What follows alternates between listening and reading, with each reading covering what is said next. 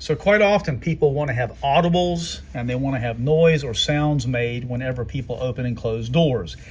It's less common for people to want to hear when the motion sensor is activated. However, if you have a shed, a separated room, a basement that nobody goes into regularly, if you want to have your system give you an audible sound or a regular verbal audible, your system will do that for you. Let me show you where those things are.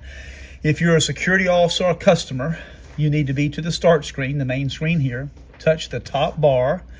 Now, settings, you want to be logged in as the dealer or the administrator. For our customers, that is 2222.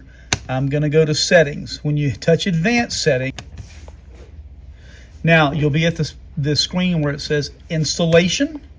You're going to go to devices. You're going to go to security sensors, and then you're going to go to edit a sensor. Your entire list of sensors should be at this location right here. Right now, our gun and our safe room has an audible. I'm going to walk in front of that motion sensor. Safe room motion activated. That's the audible that I have set.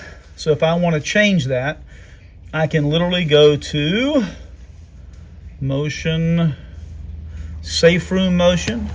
I can hit edit. I can change this to none. I can change the voice prompt to off.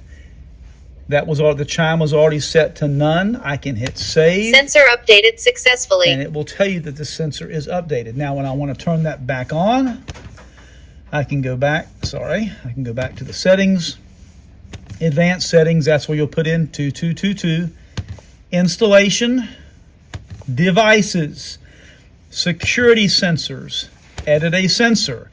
I'm going to you can turn this back on or off at will as often as you want to.